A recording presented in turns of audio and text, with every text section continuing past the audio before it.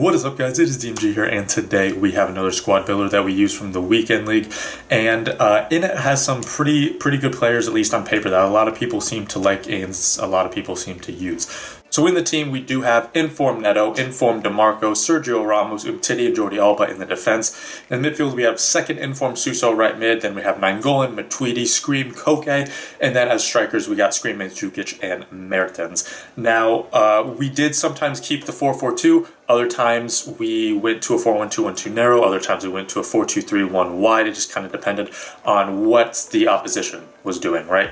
And how comfortable I was in that formation. So again, it kind of varied, but I'll be honest, the majority of the time, the team did not really play well. And I couldn't figure out why, because initially, I was winning games. In fact, I probably had one of the best starts I had in Weekend League for FIFA 19. I think I started out 11-1, 10-1, something like that. Like, the team was winning, but I still didn't like it. I felt like at some point, I was going to come up against, better people, which, with that record, right, being 11-1, you are going to come up against better people eventually. But it seemed like I was just going to hit a wall with this team. And that's exactly what happened. I started losing games, and obviously part of that's going to be part of me, right, losing some games. But I mean, like I said before, I knew that was going to happen because even when I was winning games, it just didn't feel like the team was that good. And again, when you're winning games, it's harder to pinpoint what's going wrong, if anything, right? Because again, you're winning, so you're not really going to be thinking about it. But after losing those games, I finally pinpointed that the main thing that was wrong was the attack, specifically the attacking positioning, and just the run making and positioning, basically, of the attack, and also kind of the midfield. For the defense, I mean, even though I didn't mention it, they're, about things that were, the worst about the team, but the defense wasn't that great. Informed Neto was not that good.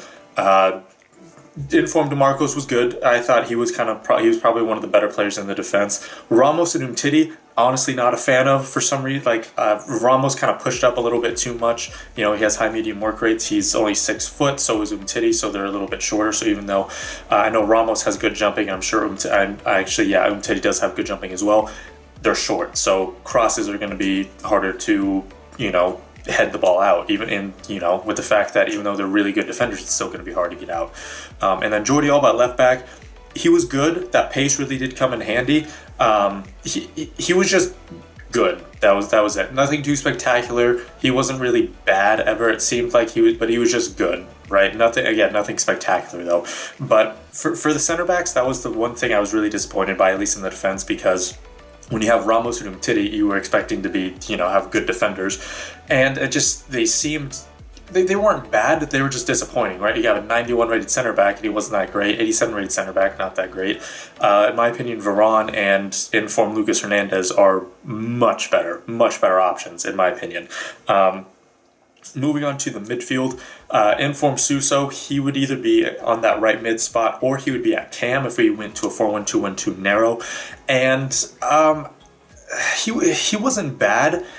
He kind of disappeared a lot, it seemed like. He wouldn't get the ball a lot. When he did get the ball, he was decent. He had decent dribbling. But the run making, the positioning, again, it wasn't that necessarily they were bad, but they were just non-existent. He wouldn't make runs. He wouldn't really put himself in a position to do well, right? I mentioned this in other videos, where players who put themselves in good positions, they're going to be better than the vast majority of other players in FIFA 19, because even if they're not as good, they'll give you multiple opportunities over and over and over again to make a shot, make a pass, get past someone, whatever it may be. And not just Suso, but again, other players in the team were not like that. Other players in the team had trouble giving themselves opportunities.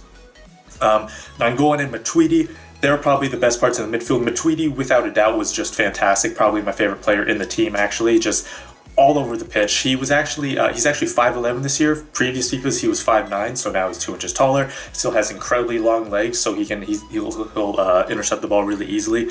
Good pace, good defending, just a solid center mid or defensive mid. If you have the opportunity, if you have the coins or the team to put him in, do it, because he's without a doubt best, or one of the better midfielders I've used, and definitely the best one on the team. Nangolan, he was a good support player. I thought he was good too. He was a good support for Matuidi. I thought he went forward a little bit too much, but he would also run back. So, again, I wouldn't want him running forward too much, but he would at least kind of come back a little bit, which was good. So then at left mid, we did have Scream Koke, and he was disappointing, I would say, along with the rest of the team, obviously. He would either play left mid or in the center mid spot in the 4-1-2-1-2 narrow. And again, just disappointing more than anything, because his regular left mid card, I've used that center mid before, god tier. And then so, with upgraded stats, upgraded pace, upgraded passing, not exactly sure what happened, unfortunately. So he was disappointing, but then the majority of the problems were at striker. I thought Mertens, he was kind of similar to Suso in the fact that he would just disappear some games. He was good when he had the opportunities, but he wouldn't get many because, again, he wouldn't position himself well.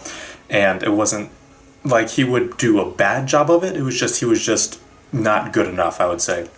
And then Mandzukic, it's kind of similar to Mertens, but he was legitimately bad at positioning himself.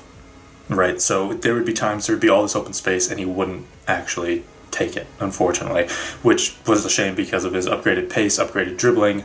He seems like the perfect striker, but fortunately that was not the case, and he was actually probably the reason why I couldn't get many goals going forward was because of his positioning. So that's probably going to be it for this video, guys. Hopefully you did enjoy. If you do have any questions, let me know in the comments down below, but like I said, that's going to be it. Thank you guys so much for watching. It's been DMG.